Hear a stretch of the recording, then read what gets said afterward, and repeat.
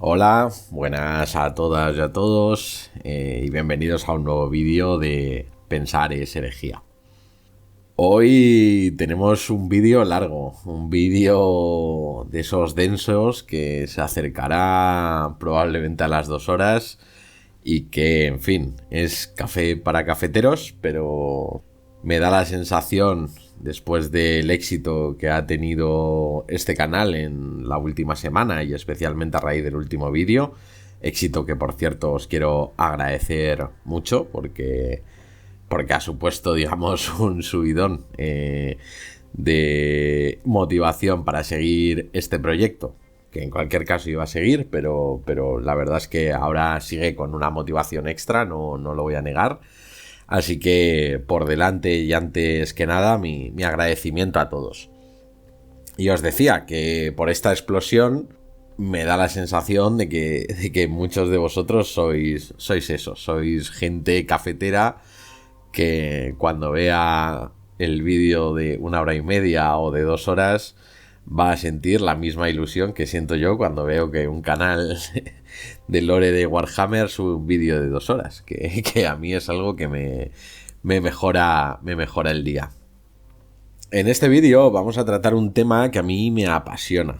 De hecho, en mi planificación original ahora venía como quinto vídeo del canal un vídeo de Farsight, que de hecho tengo ya grabado y montado, pero que he decidido posponer un poco porque este de aquí me motivaba mucho más. Y es un vídeo sobre Sarek, sobre el rey siliente de los necrones. Aunque específicamente el vídeo no trata sobre Sarek como personaje.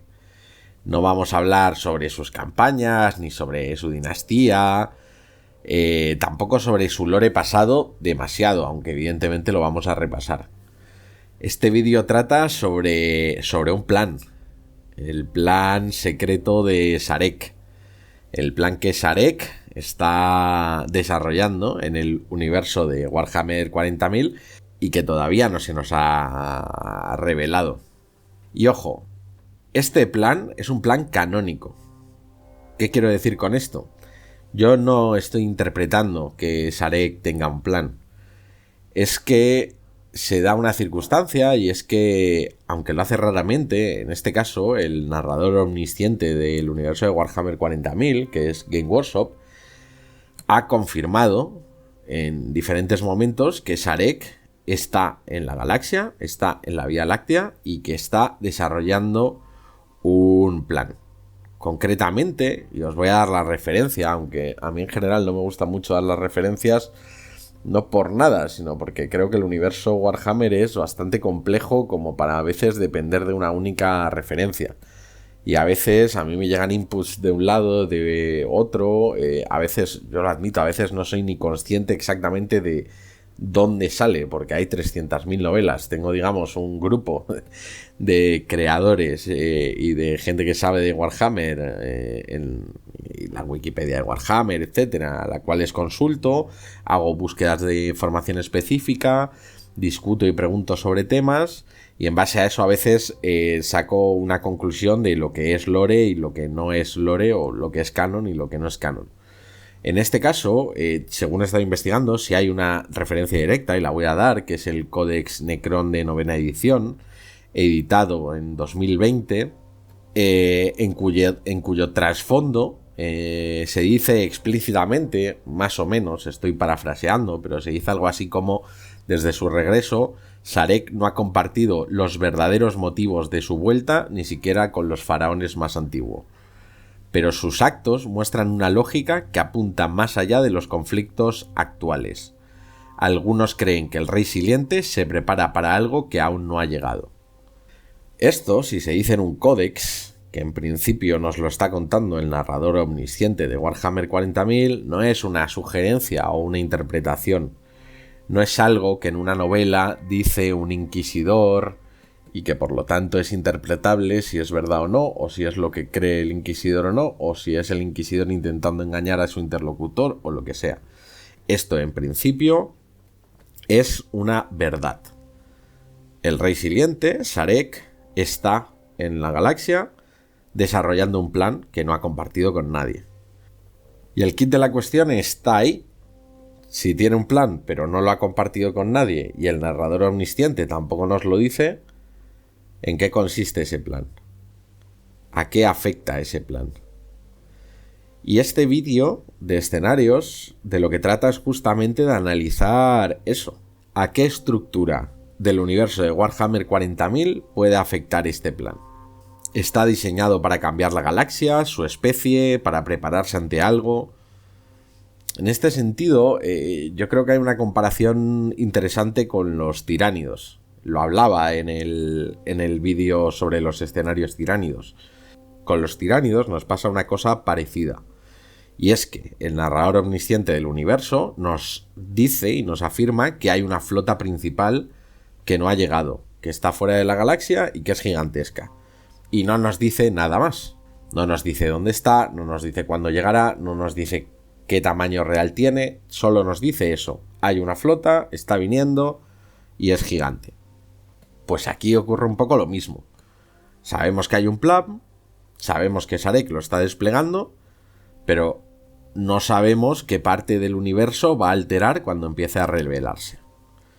Así que en este vídeo vamos a hacer lo que hacemos en este canal. Lo que he hecho hasta ahora y lo que seguiré haciendo, y es pensar en escenarios posibles sin una vocación de predicción o certeza, sino de especulación razonada y razonable sobre a qué aspecto del universo va a afectar este plan. Una vez se desarrollen estas tres hipótesis, que permitidme el anzuelo, pero las diré un poquito más adelante, seguiremos haciendo lo mismo que he hecho hasta ahora, que es evaluarlas en base a los tres criterios del canal. Esto, como está muy trillado, sí lo recuerdo. Valoramos cada una de las hipótesis en función de si tiene coherencia con el lore, si tiene viabilidad comercial y si es fiel al tono grimdark del universo de Warhammer 40.000. Y finalmente, después de analizar las hipótesis, yo me voy a mojar y voy a decir cuál me parece más realista y cuál me parece más inviable por distintos motivos. Antes de entrar específicamente en los escenarios, creo que es importante hacer un breve repaso de quién es Sarek y qué contexto hay detrás del plan, porque si no hacemos este repaso, los escenarios quedan un poco como suspendidos en el vacío y creo que no tienen mucho sentido. Sarek fue el último faraón estelar de los Necrontyr y el último faraón estelar de los Necrones. Fue él quien, con dudas pero sin alternativas, aceptó el pacto con los Zetán que desencadenó la vía transferencia. La biotransferencia, para quien no lo sepa, fue el proceso que convirtió a los Necrontyr en necrones a través de quitarles el alma y convertirlos básicamente en máquinas. Un pacto irreversible, un crimen ontológico que los Zetán llevaron a los necrones a aceptar en base al odio, porque los Necrontyr eran una facción profundamente odiadora, podríamos decir, profundamente resentida, porque por naturaleza eran propensos a las enfermedades, tenían una vida muy corta y odiaban un poco a sus rivales, los ancestrales, porque estos eran inmortales y no querían compartir su secreto.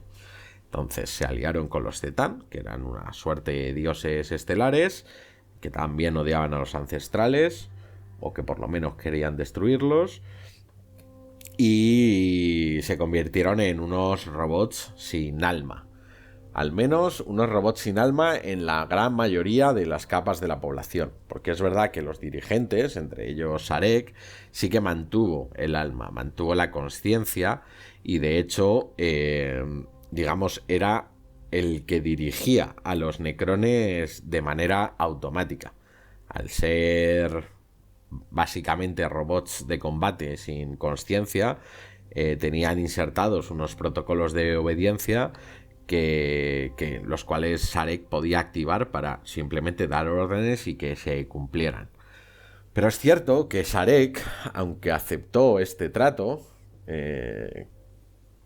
y que este trato, seamos serios, era en parte honesto. Es decir, los Zetal le prometieron a los Necrontyr, les prometieron inmortalidad, que la tienen, y un poder inmenso para vencer en la Guerra de los Cielos. Y esas dos cosas se dieron. Es verdad que probablemente los Zetal no les dijeron a los Necrontyr que ese proceso iba a acabar con sus almas, iba a convertir a la gran mayoría de su facción en unos autómatas guerreros, poco más que una carcasa, pero lo que prometieron sí se lo dieron. El caso es que una vez se produjo la biotransferencia, los Necrones vencieron la guerra en los cielos, los Necrones junto a los Thetán, y una vez vencidos los ancestrales en la guerra de los cielos, Sarek fue quien incitó o quien dirigió una rebelión de los Necrones, ya Necrones, contra los Thetán, que acabó de hecho con la destrucción, más que destrucción, la fragmentación de estos dioses estelares, e incluso su uso por parte de los Necrones como arma. Es decir, cuando hablamos de Sarek no hablamos de un Mindundi cualquiera, hablamos de un ser absolutamente poderoso. Evidentemente no es un dios y no llegará al nivel de poder probablemente del emperador, no sé si de un primarca, pero estamos hablando de alguien cuya vida transcurrió hace 60 millones de años, que comandó a su especie a un proceso como el de la biotransferencia, comandó a su especie a ganar una guerra cruentísima y complicadísima, ancestral, en la Guerra de los Cielos, que luego comandó en su especie para rebelarse contra los dioses que eran los Thetán. ¿Y qué pasó después? Pues que cuando Sarek y los Necrones ganaron su guerra contra los Thetán y ganaron la Guerra de los Cielos, cuando los Necrones podrían haber disfrutado de un liderazgo galáctico sin oposición, Sarek, en parte carcomido por la culpa de haber sido engañado por los Thetán y de haber, digamos, vendido el alma de su pueblo, mandó a todos los Necrones a dormir, básicamente, a un proceso de hibernación en criptas subterráneas, y se exilió. Ojo, se exilió cuando ganó, no se exilió cuando perdió. Se exilió cuando los Thetán fueron vencidos. Sarek se retiró voluntariamente al vacío intergaláctico. Es decir, salió de la galaxia. No me ha quedado claro, aunque estaba intentando conseguir una explicación canónica, si se exilió solo, si se exilió con un séquito, si se exilió en una nave, si se exilió en una nave intergaláctica, en una flota, en fin, eso es algo que el lore no deja del todo claro. Pero lo que sí deja claro el lore es que se exilió fuera de la galaxia.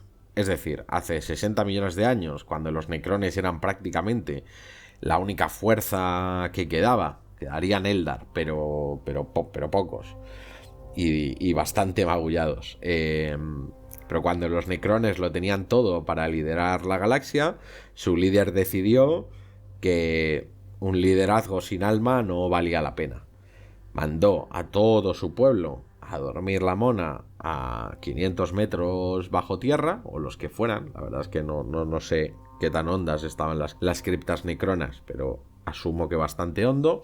Y él se fue de la galaxia. No se empezó a dar chompis por alrededor de la galaxia, no, salió. Siendo, por cierto, el único personaje activo hoy por hoy en el universo de Warhammer 40.000 del que tenemos confirmación canónica que ha estado. Y ahí estuvo, surcando el exterior de la galaxia durante 60 millones de años.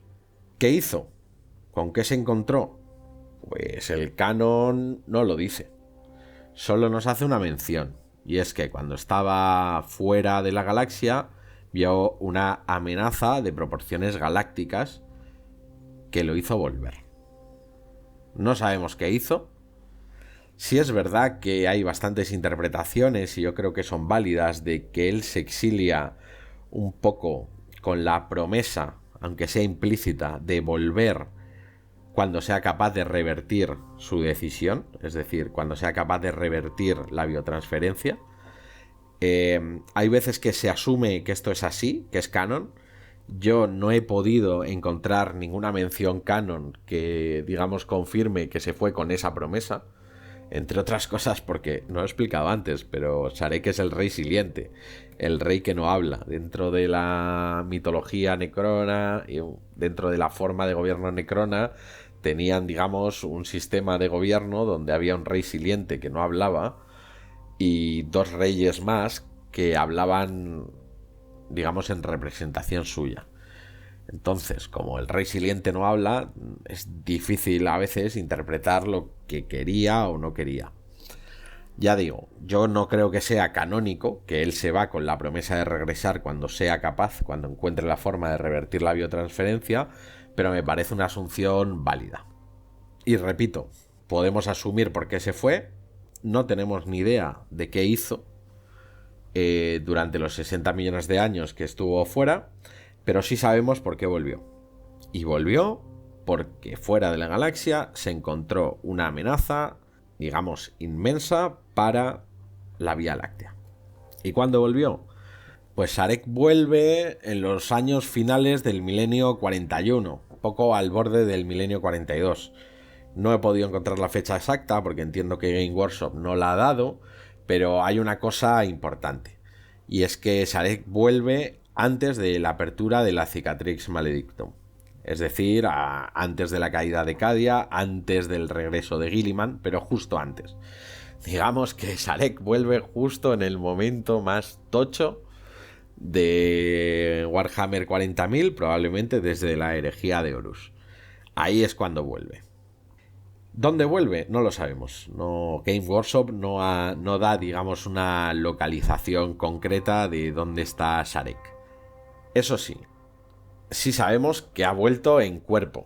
Ha vuelto en cuerpo y alma. Es decir, Sarek está físicamente en la galaxia. No ha vuelto como una voz que oyen algunos necrones o como una presencia que sienten. No, no. Él está. Tiene cuerpo, tiene trono, tiene armas.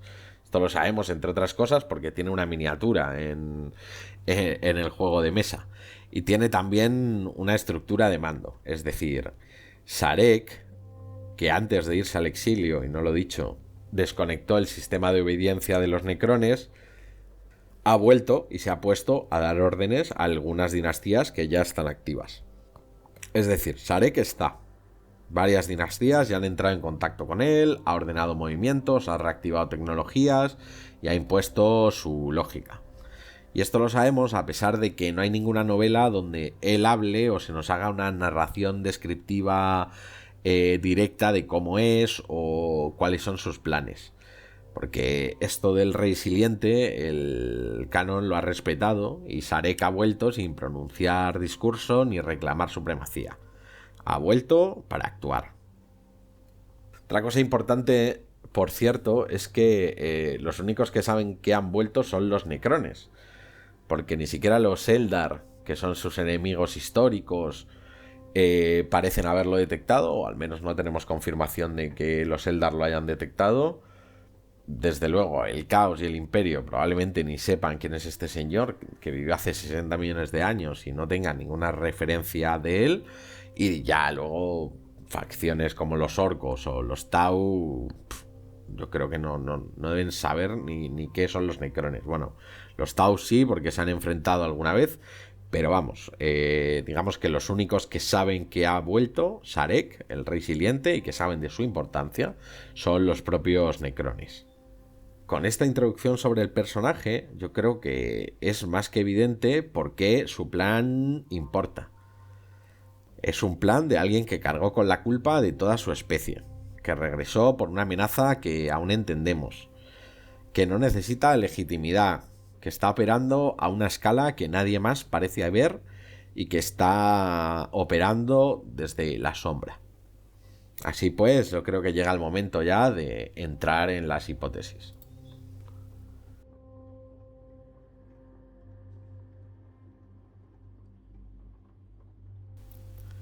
Así que, ¿qué está intentando hacer Sarek? Y ojo, no en términos operativos, no vamos a hablar de mapas, de campañas, de planetas, sino en términos estratégicos. ¿Qué dimensión del universo de Warhammer 40.000 está intentando alterar?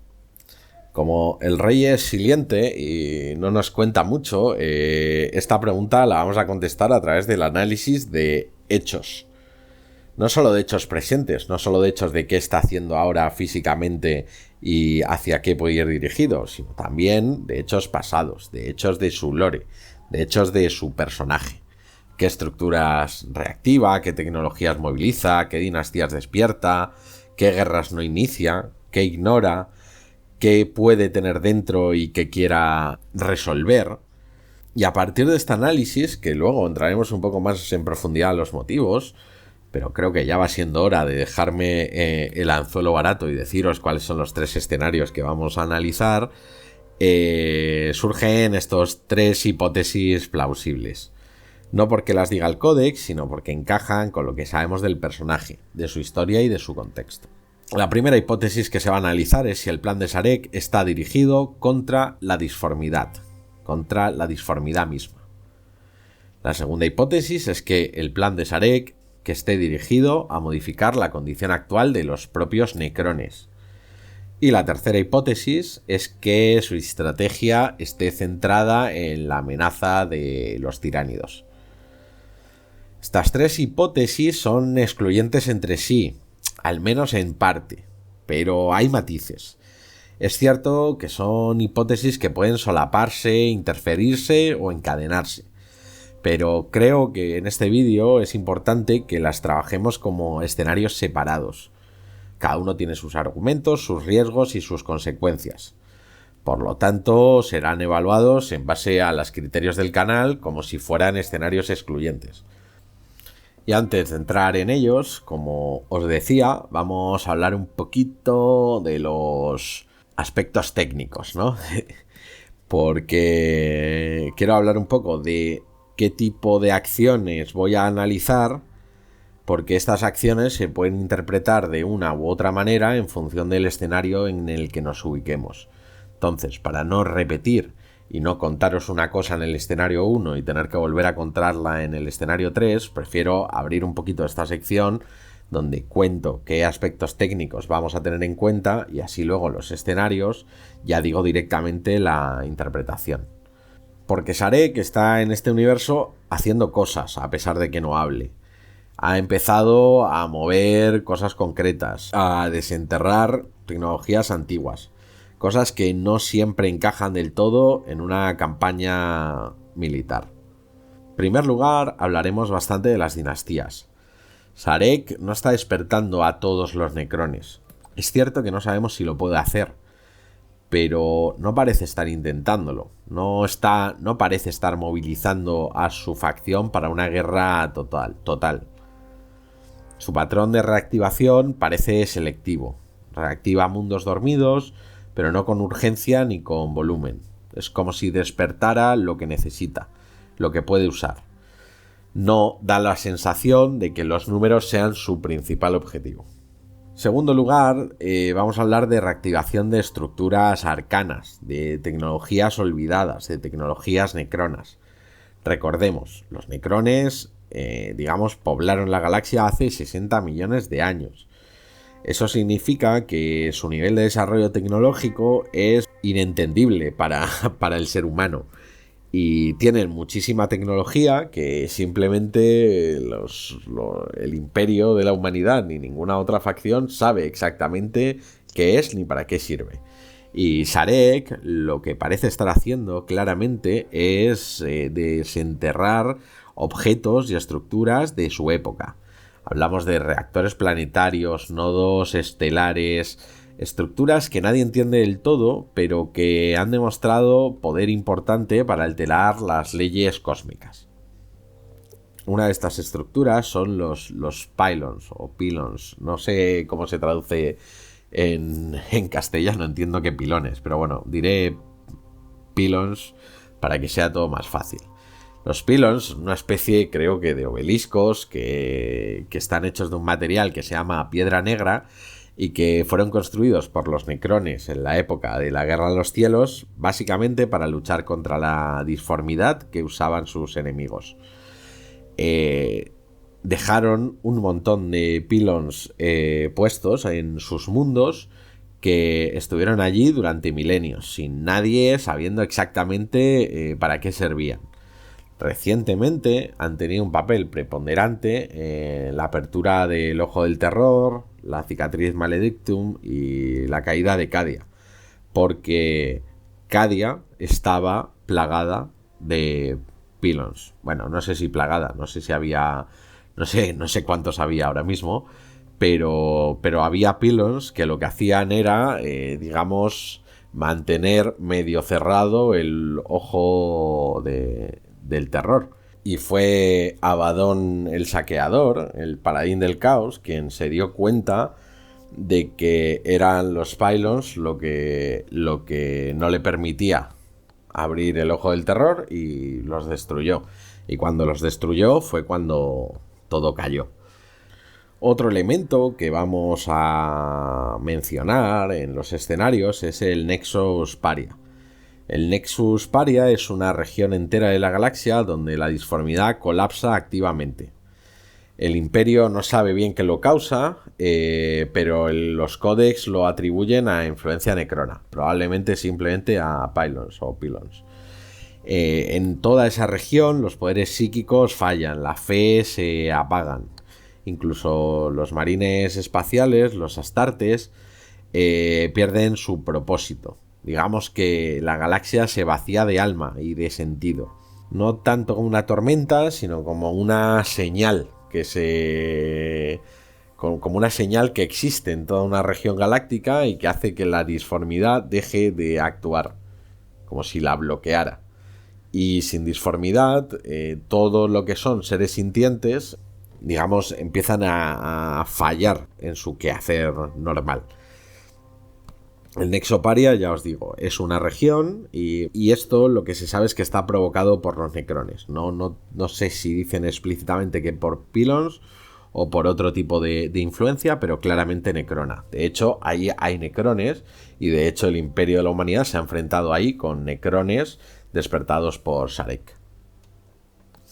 En quinto lugar, también hablaremos de las Dolmen Gates, aunque aquí yo creo que es una cosa más funcional que otra cosa, pero las Dolmen Gates son una tecnología antigua de los necrones que lo usaron para, digamos, robar o conseguir un acceso ilegal entre comillas, a la telaraña de los Eldar. Es una especie de llave de paso, de ruta alternativa, de sistema de tránsito que permite a los necrones, que no pueden usar la disformidad, creo que esto lo he dicho antes, pero si no lo he dicho lo digo ahora, los necrones ni siquiera cuando eran Necrontyr podían usar la disformidad, pero con estas estructuras, las Dolmen Gates, sí que podían, digamos, atravesarla.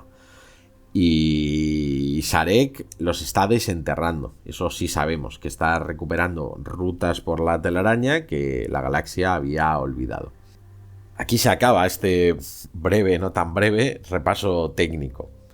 Sé que igual se ha hecho un poco pesada esta sección, soy consciente, pero creo que es importante para luego evitar repetirme en exceso.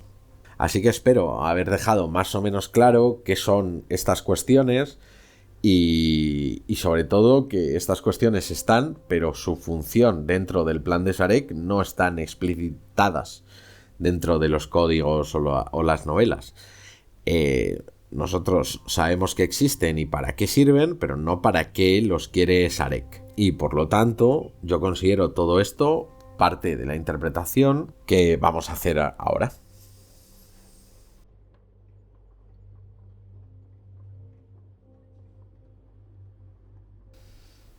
Así pues, entramos ya por fin a explicar los escenarios y sobre todo a explicar en base a qué se sustentan como válidos.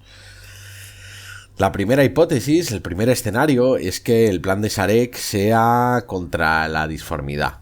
esta hipótesis a mí me gusta porque es la más continuista en realidad. No plantea que Sarek haya vuelto de su exilio de 60 millones de años con novedades, sino que realmente retoma una guerra antigua. La guerra que los Necrontyr y los Necrones libraron hace millones de años, la guerra contra la disformidad. Porque para los Necrontyr y después para los Necrones, la disformidad siempre fue una desventaja. Ellos no podían usarla y sus enemigos sí.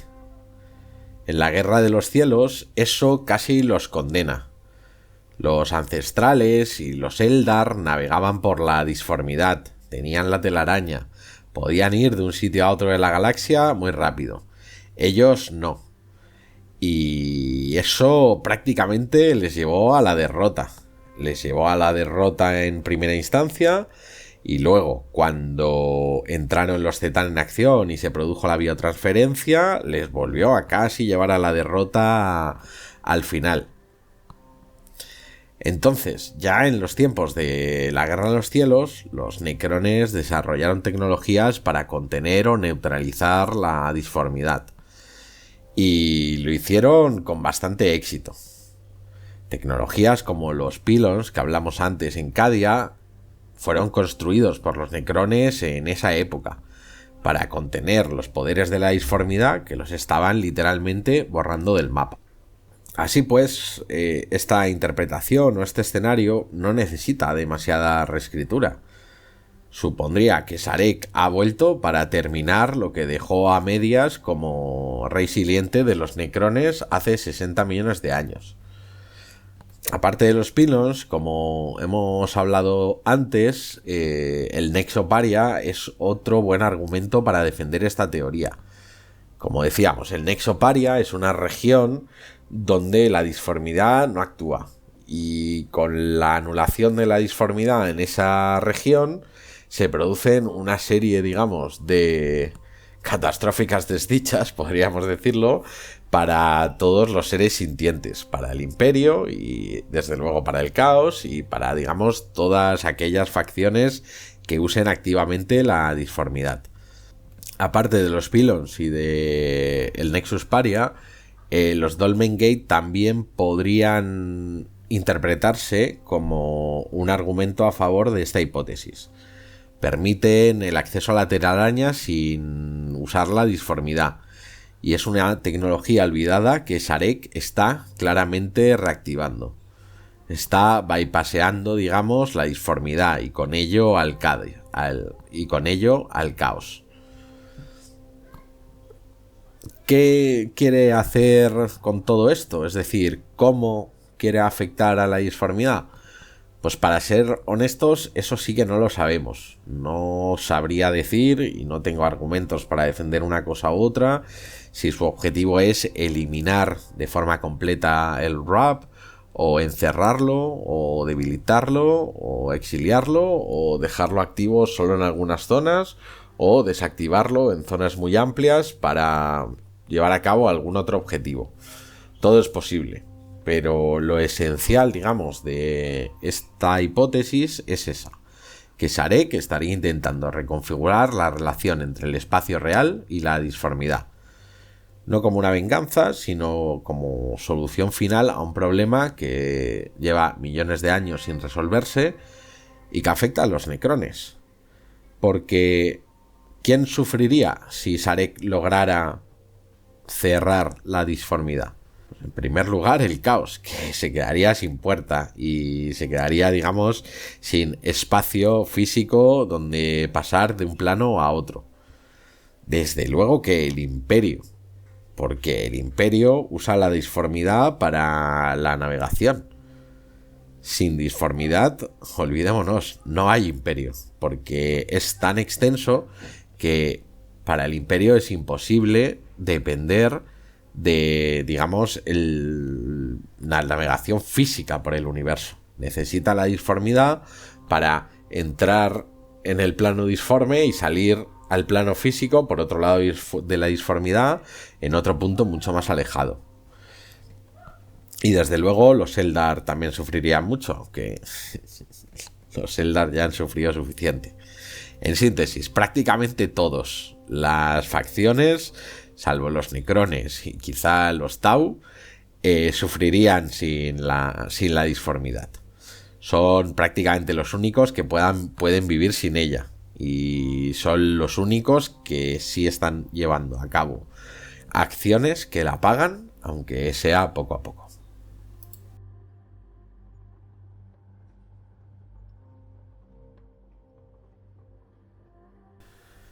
Y explicado el escenario 1 o la primera hipótesis, pasamos a la segunda. Que el plan de Sarek orbite en torno a los propios Necrones. Es decir, que el plan de Sarek no parte de una amenaza externa. No busca destruir al caos o frenar a los tiránidos, sino que el plan de Sarek está centrado en los suyos, en los Necrones. En esa raza que perdió su alma por un pacto. Aquí yo creo que es importante recordar que Sarek no se exilia por perder una batalla o una guerra o territorio o porque considere que no puede hacer más. Cuando fragmentó a los Zetán, los Necrones eran imparables, tanto en número como en tecnología. Tenían tiempo, inmortalidad y poder. Podían haber dominado la galaxia durante millones de años. Sin embargo, Sarek tomó la decisión opuesta. Mandó a su pueblo a dormir, se exilió fuera de la galaxia y se fue solo, sin un objetivo declarado. Ahora bien, es difícil pensar que se fue simplemente por culpa. Y como os he dicho antes, yo he leído a bastantes y oído a bastantes creadores de contenido y gente que está metida en el lore y que sabe más de lore que yo, asumir prácticamente sin ninguna duda que Sarek se exilia con una promesa, con la promesa de volver cuando pueda o sepa cómo revertir la decisión que tomó, porque no olvidemos que fue Sarek quien firmó el pacto con los Zetán. Vale, no lo hizo por ambición, sino por desesperación, pero al fin y al cabo lo firmó. Ordenó la biotransferencia y entregó las almas de su especie a cambio de poder. Y además, en estos lores muy claros, Sarek lo lamentó al momento mismo de hacerlo.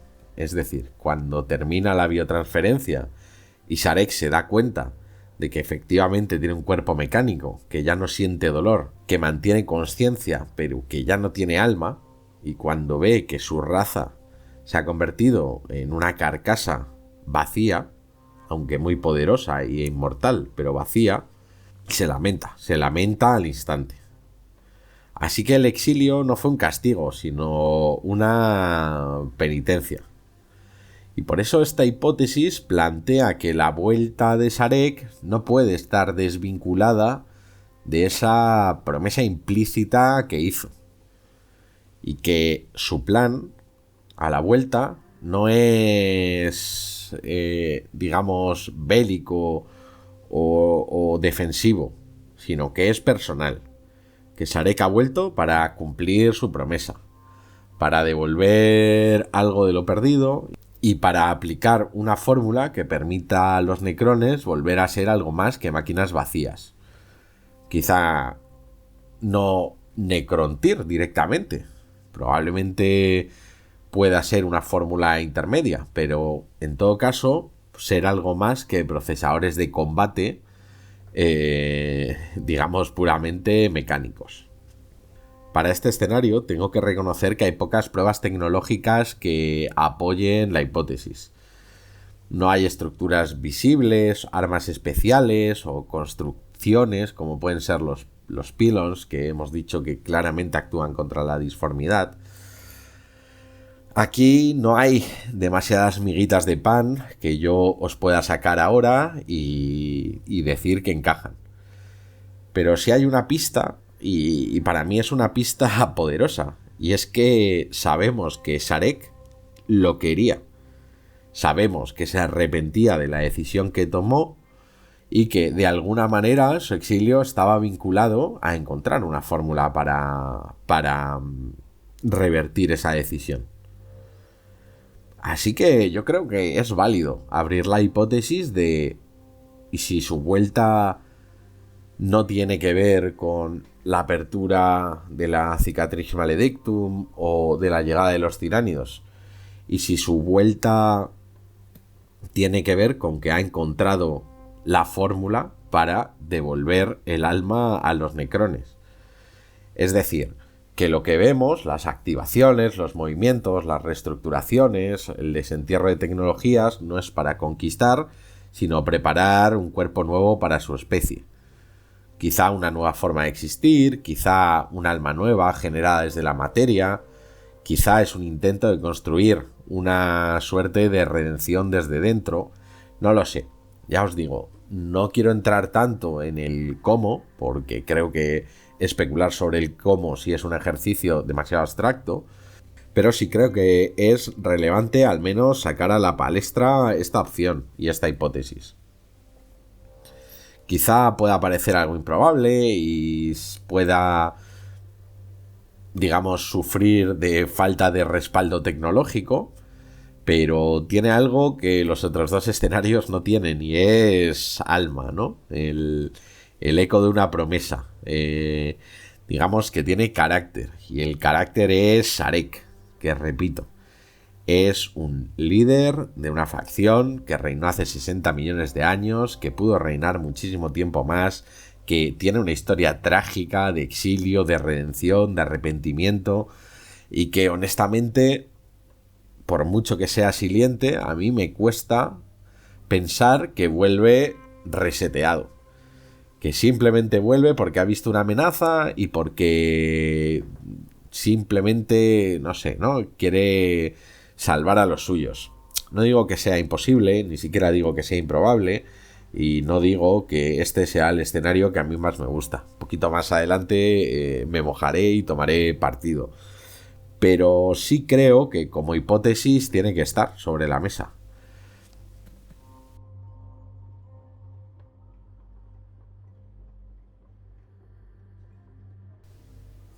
Y con esto llegamos ya al tercer y último escenario. Que el plan secreto de Sarek esté vinculado a los tiránidos. Es decir, que vaya contra los tiránidos. Y esta teoría parte de un hecho canónico. Un hecho que no es discutible, que es así y que es de esas raras avis que nos encontramos en el lore de Warhammer 40.000 que nos cuenta el narrador omnisciente del universo. Y es que Sarek, durante su exilio, vio algo que le hizo volver. Es decir, que mientras estaba, recordemos, fuera de la galaxia, detectó una amenaza que podía afectar a toda la Vía Láctea y que la detección de esa amenaza, digamos que precipitó su vuelta. Esto, repito, esto no es discutible, esto es así. Es cierto que ese narrador omnisciente no nos dice qué es lo que vio, pero digamos que haciendo una conexión básica entre cuestiones del lore, a todos nos tiene que venir a la cabeza la única amenaza extragaláctica que hoy por hoy sufre la Vía Láctea, y son los tiránidos. Y más concretamente, la flota principal de los tiránidos. Porque es cierto que el códex no dice Sarek ha visto a los tiránidos, dice que eso, ¿no? Que fuera de la galaxia durante su exilio detectó, no estoy seguro de que diga que vio, pero bueno, no sé exactamente el término que se usa, pero digamos fue consciente de que había una amenaza intergaláctica, es decir, que afectaba a toda la Vía Láctea. No dice Sarek vio a los tiránidos, pero no hay otra opción verosímil. El caos ya estaba presente cuando él se fue. La disformidad está en la galaxia, no fuera. De hecho, fuera de la galaxia, en principio, la disformidad no aplica. Es una cosa puramente de la Vía Láctea.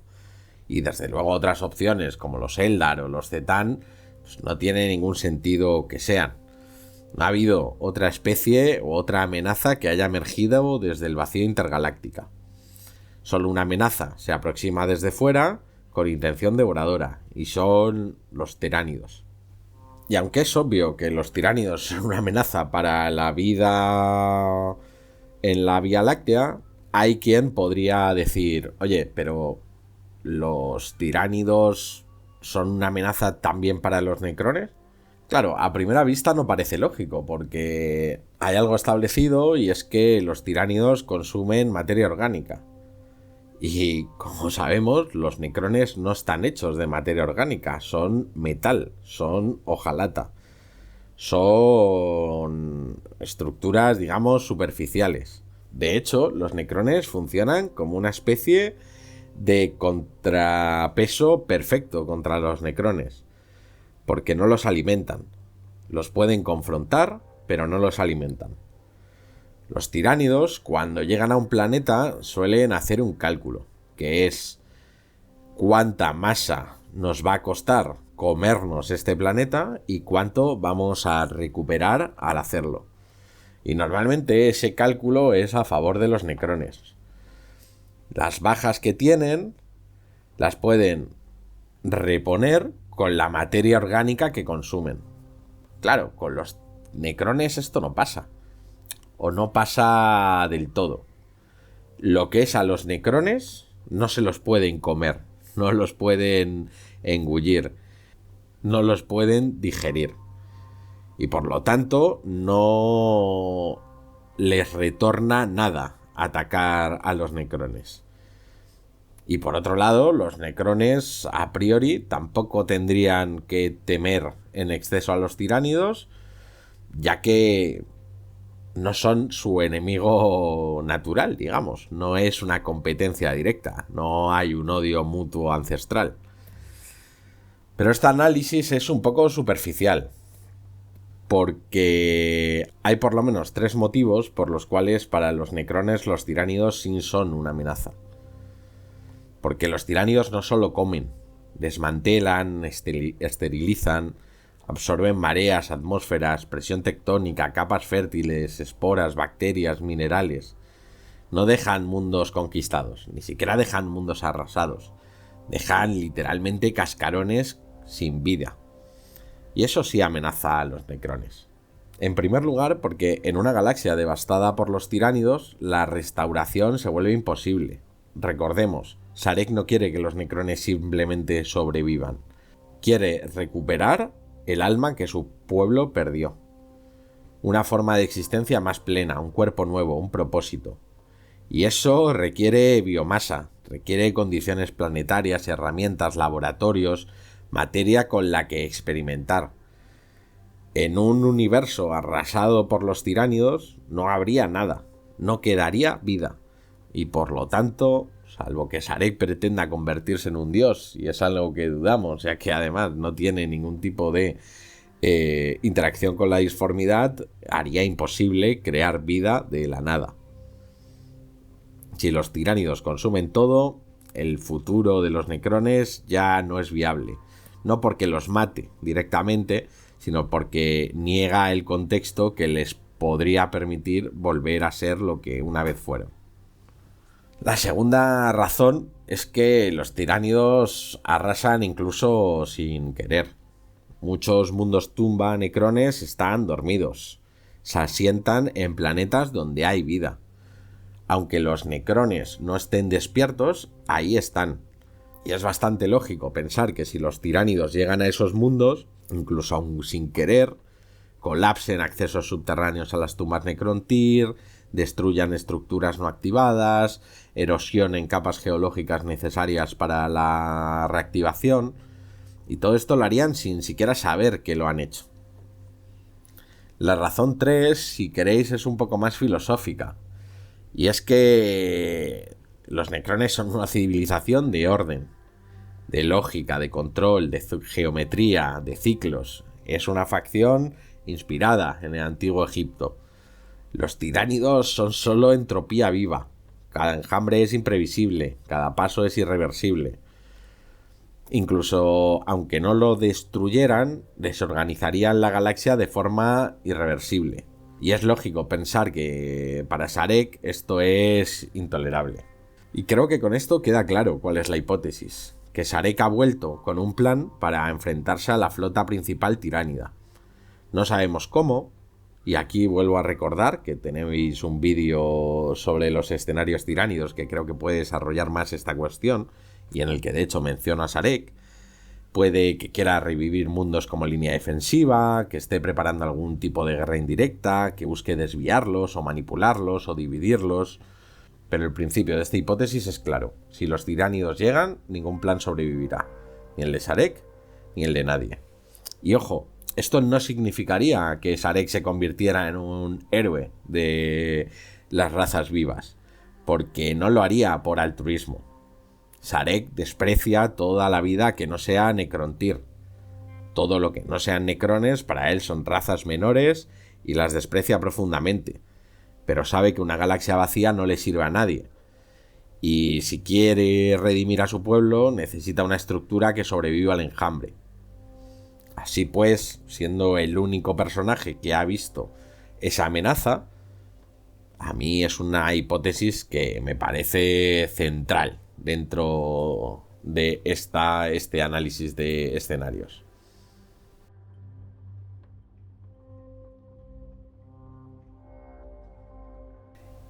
Y con esto creo que quedan definidos y bien explicados los 3 escenarios o las 3 hipótesis de este vídeo. Espero, como siempre, que lo que en mi cabeza sonaba bien haya sido capaz de explicarlo de una manera clara. Concisa sé que no ha sido, pero al menos de una manera clara. Y antes de pasar a la evaluación, sí me gustaría hacer un pequeño apunte o matiz. Las hipótesis no son excluyentes entre sí, pero tampoco hay atajos. Quiero decir, Sarek puede no estar limitado a una sola línea de actuación. Puede estar haciendo varias cosas a la vez.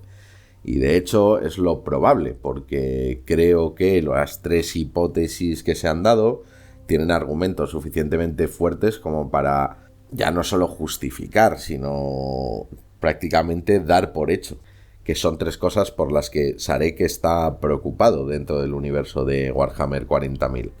Puede estar ejecutando un plan con capas interconectados, un frente contra la disformidad, un diseño para restaurar a los necrones y un sistema de defensa ante la amenaza física de los tiránidos. Pero sí creo que es importante evitar la confusión entre causa y coincidencia.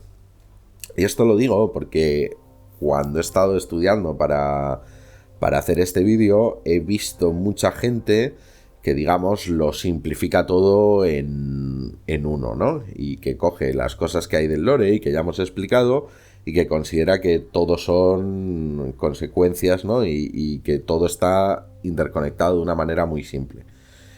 Y que dice, vale, Sarek estuvo en el vacío intergaláctico, vio la flota de los tiránidos, ha vuelto, está llevando a cabo acciones contra la disformidad con lo del Nexus Paria y tal, y entonces todo esto está junto.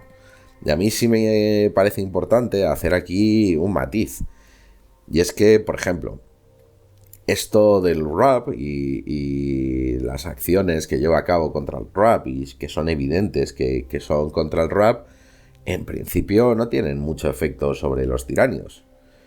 Y esto lo digo porque hay mucha gente como que lo da por hecho, ¿no? Y que dice, vale, pues Sarek, su plan es algo contra la disformidad y lo está haciendo porque vienen los tiránidos. Y yo creo que no es así y no es tan simple y sobre todo que no está tan interconectado. Además, hay que recordar una cosa, que es que en principio que no haya disformidad a los tiránidos les da igual. Es posible que se sientan atraídos de alguna forma por la disformidad, esto de que el Astronomicon les sirve como faro y tal. Eso es posible. Pero los tiránidos no viajan por la disformidad, viajan por el plano físico. Por lo tanto, daría igual. No se alimentan de la disformidad ni dependen de ella. De hecho, los tiránidos son como facción antidisformidad. Cuando los tiránidos llegan, la disformidad como que se satura y deja de funcionar. Por lo tanto, si el plan de Sarek está dirigido contra los tiránidos, no puede limitarse a una supresión de la disformidad. tiene que haber otra cosa detrás, que es un poco el planteamiento que yo estoy poniendo aquí. Cerrar el RAP no frena a los tiránidos, no les corta el avance y no afecta a sus naves, ni a sus sentidos, ni a su logística. De hecho, yo diría que la disformidad o una supresión de la disformidad a los tiránidos lo que hace es beneficiarles, en tanto en cuanto bloquea al resto de facciones. Hace que el imperio, por ejemplo, sea muchísimo menos funcional, porque no puede viajar por la disformidad. Por tanto, si bien es evidente, claro y obvio que Sarek está llevando a cabo acciones que afectan a la disformidad, yo lo que no creo es que haya que asumir que esas acciones forman parte también del plan con los tiránidos y mezclar todo, digamos, en un totum revolutum que me parece muy simplista. Si Sarek quiere hacer algo contra la disformidad, está bien. Digamos que los argumentos que hay en el lore son los que son, el Nexus Paria, el tema de los pylons, el tema de los Dolmen Gates, y podríamos cerrarlo ahí. Pero si hace eso, si se limita solo a hacer eso, entonces en principio no está haciendo nada contra los tiránidos. Y si quisiera hacer algo contra los tiránidos, tendría que hacer otras cosas, tendría que hacer algo en el plano físico, no limitarse a cerrar rutas psíquicas, sino que tendría, pues no sé, que crear entornos hostiles, ¿no? Para la biomasa, no sé, interferencias gravitacionales, burbujas de fase, disrupción material a gran escala, tecnologías pensadas para ganar batallas o para imposibilitar la existencia biológica en determinadas zonas. En síntesis, no hay atajos. No basta con decir Sarek está cerrando el RAP, ese es su plan secreto, y con eso pretende frenar todo. El RAP como enemigo histórico, los tiránidos. Honestamente creo que eso no funciona así. La disformidad y los tiránidos no son parte del mismo problema. Se podría discutir si están al mismo nivel de amenaza para los necrones o no, pero desde luego no son parte del mismo problema. Si Sarek está luchando en dos frentes, necesita dos estrategias distintas, y creo que hay que añadir esa tercera, que si bien puede tener menos pistas, y estoy hablando de la de restaurar el alma de los necrones, creo que por, digamos, el peso histórico que como personaje tiene Sarek, tampoco puede descartarse. Y creo que esto justifica tratarlas como tres hipótesis distintas y no hacer un totum revolutum de todo lo que hace Sarek está enfocado a las tres cosas y ya está.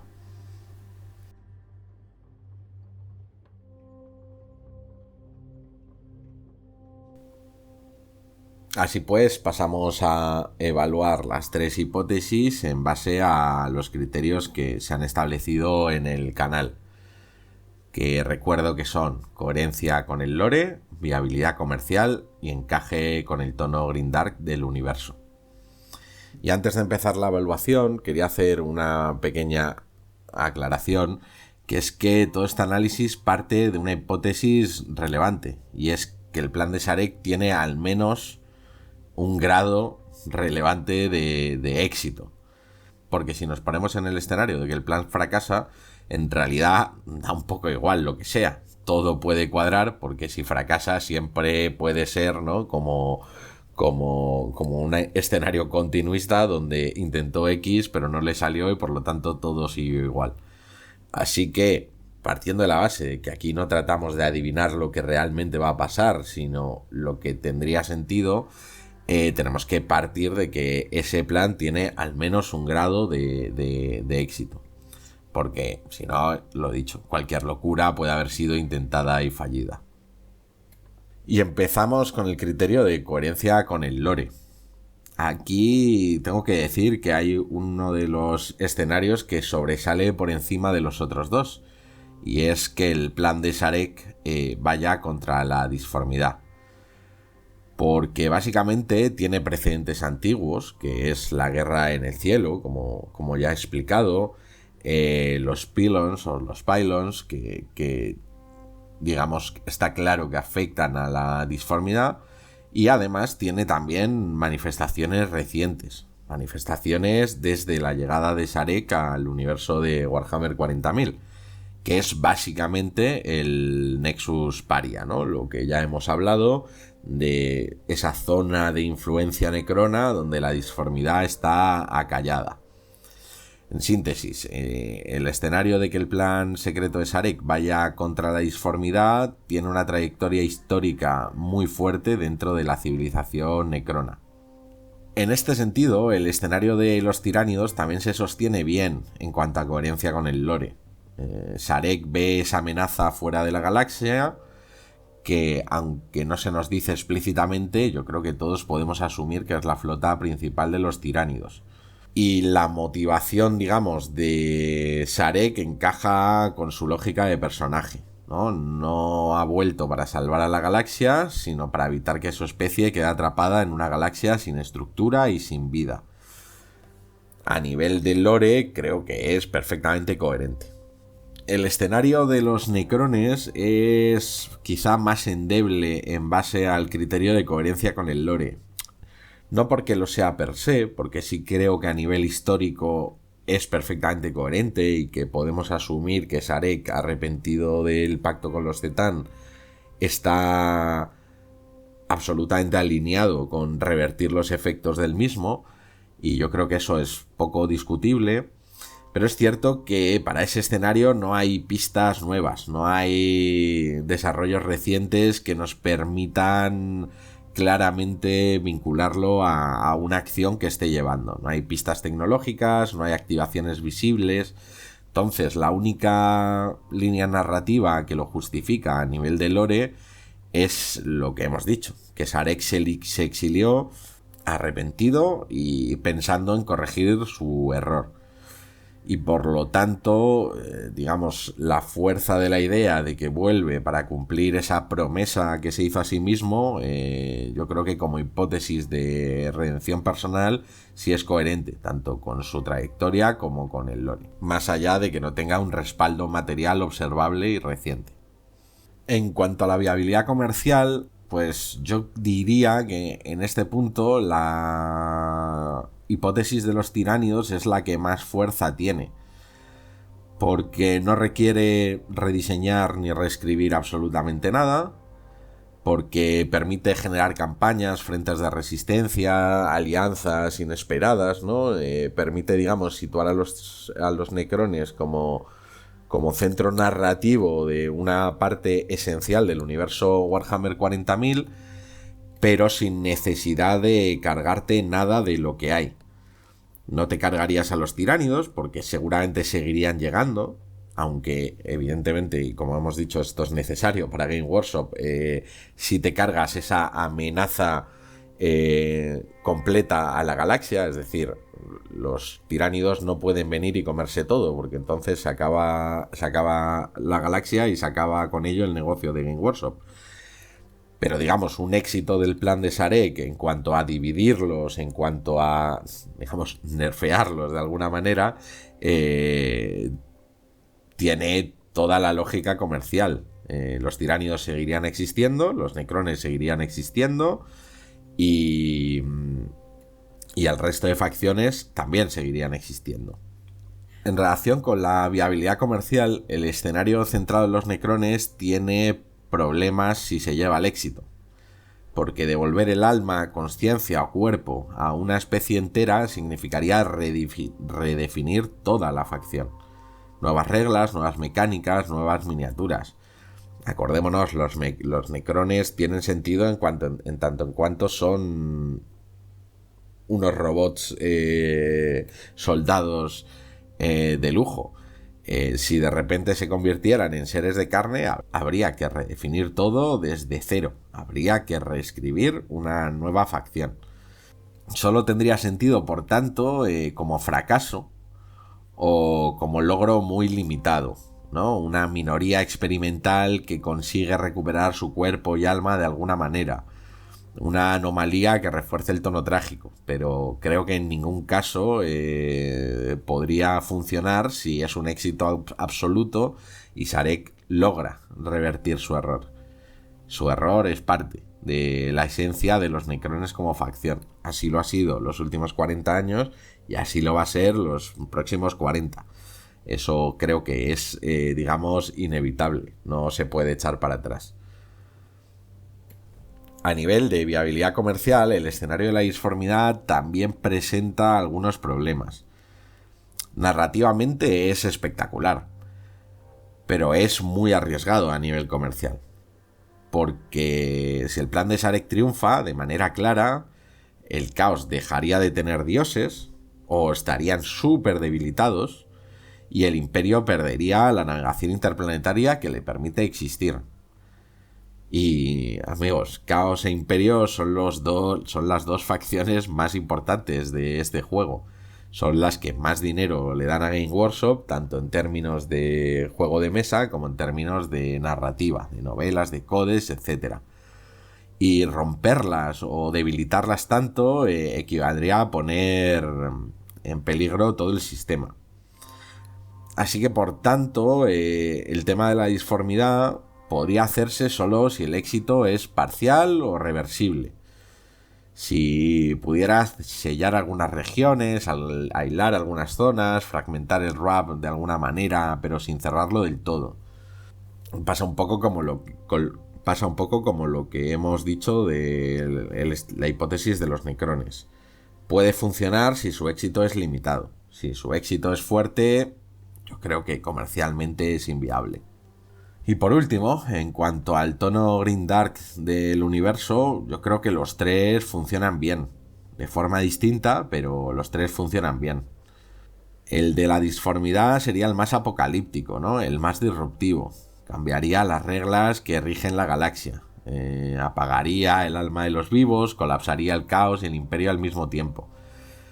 Repito, sería un escenario o sería una galaxia completamente distinta a la que Game Workshop vende y por lo tanto yo creo que es muy complicado, pero a nivel de tono grimdark desde luego que funcionaría.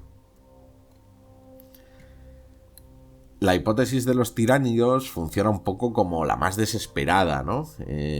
Un poco la más épica. Además, con Sarek funciona muy bien, porque Sarek realmente no creo que odie a los tiránidos, o no tiene motivos para odiarlos. Y de hecho, que sean dos facciones que, al menos en teoría, podrían, entre comillas y muchas comillas, pero podrían coexistir, hace que la paradoja esa de que, siendo las que más podrían coexistir, van a ser las que más se van a enfrentar o las que van a tener el enfrentamiento último, a mí me gusta bastante y me parece que encaja muy bien con el tono del universo, ¿no? Una guerra sin gloria, sin héroes, solo función contra biología. Y por último, el escenario de los necrones es el más trágico de todos, ¿no? La historia de una redención imposible, ¿no? De alguien que traicionó, entre comillas, a su pueblo y quiere devolverle algo que ya no puede existir. Es un plan que no puede tener éxito, por lo que ya hemos visto, y que su fracaso sería, digamos, un escenario cruel y absolutamente alineado con lo que es el tono general del universo de Warhammer 40.000.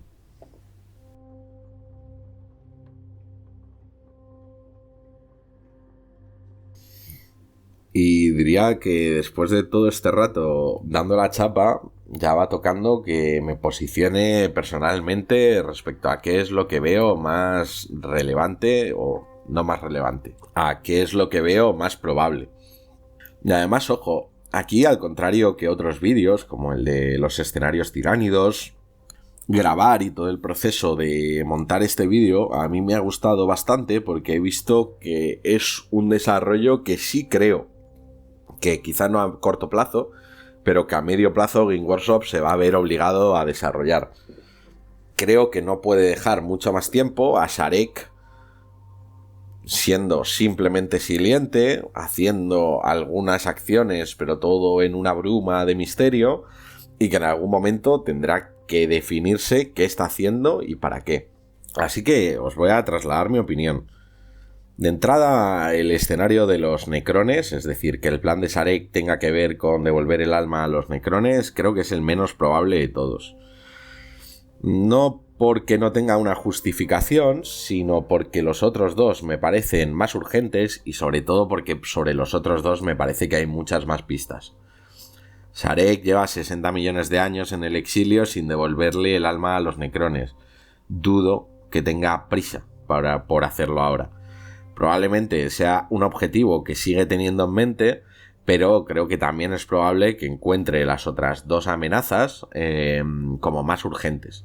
Y por lo tanto, sobre todo teniendo en cuenta que su éxito sería el fin de la galaxia, o no el fin de la galaxia, su éxito sería el fin de los necrones tal y como Game Workshop los ha presentado, creo que es descartable.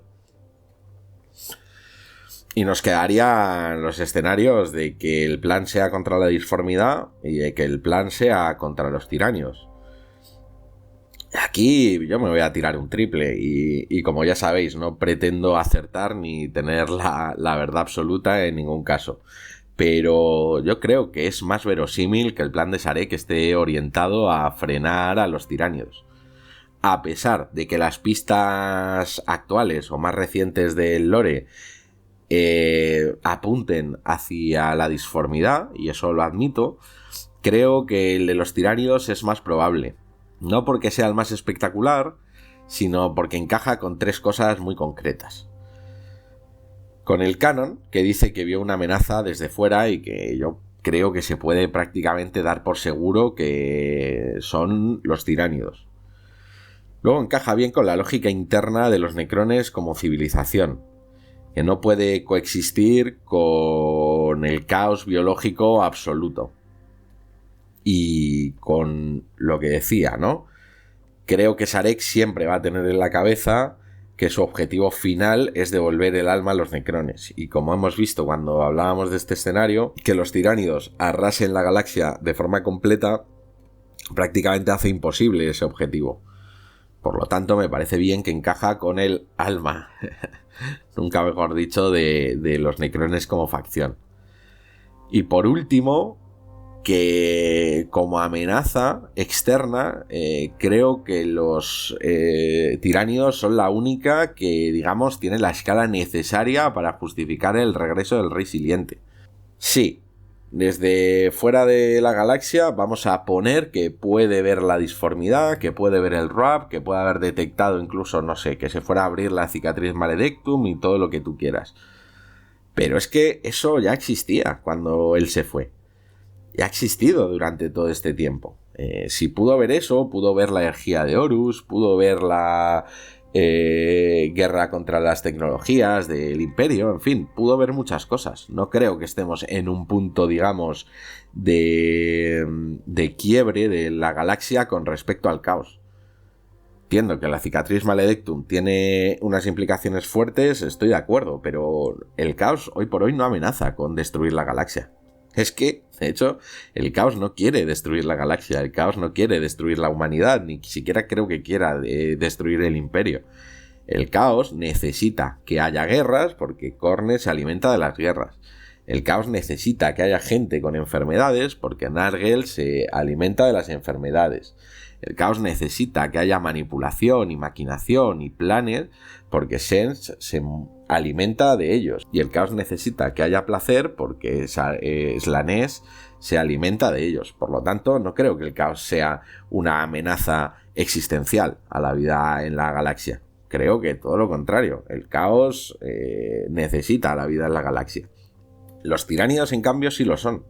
Los tiránidos son una amenaza existencial para todos. Para Caos, para Imperio, para Tau, para los necrones y para los orcos. Para todos. Y además es una hipótesis, digamos, más fácil de articular narrativamente. No rompe el universo. No obliga a redefinir reglas o facciones. Los tiránidos seguirán siendo tiránidos. Los necrones también. El Imperio y el Caos también. Y permite jugar con tensiones nuevas y desarrollar nuevas líneas narrativas. Por ejemplo, Sarek podría terminar siendo un aliado táctico del Imperio o de un sector del Imperio. Los necrones podrían aliarse con los Tau o con el Caos o con el Imperio en una campaña de todos contra el enjambre. Habrá zonas que se sacrifiquen para salvar a otras, en fin. Hay bastantes opciones que digamos abren la puerta a cosas que yo creo que son interesantes narrativamente si asumimos que Sarek está enfocado en destruir a los tiránidos. Y esto, como he dicho antes, no significa que las otras dos sean descartables o que no estén en la cabeza de Sarek. Como capas complementarias, seguramente sean incluso imprescindibles para entender al personaje, ¿no?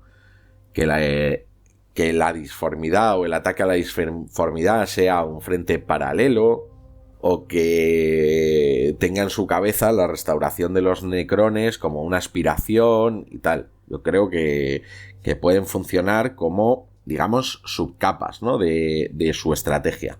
Ahora, si tuviera que apostar hoy por hoy, diría que el plan secreto de Sarek está enfocado en frenar a los tiránidos.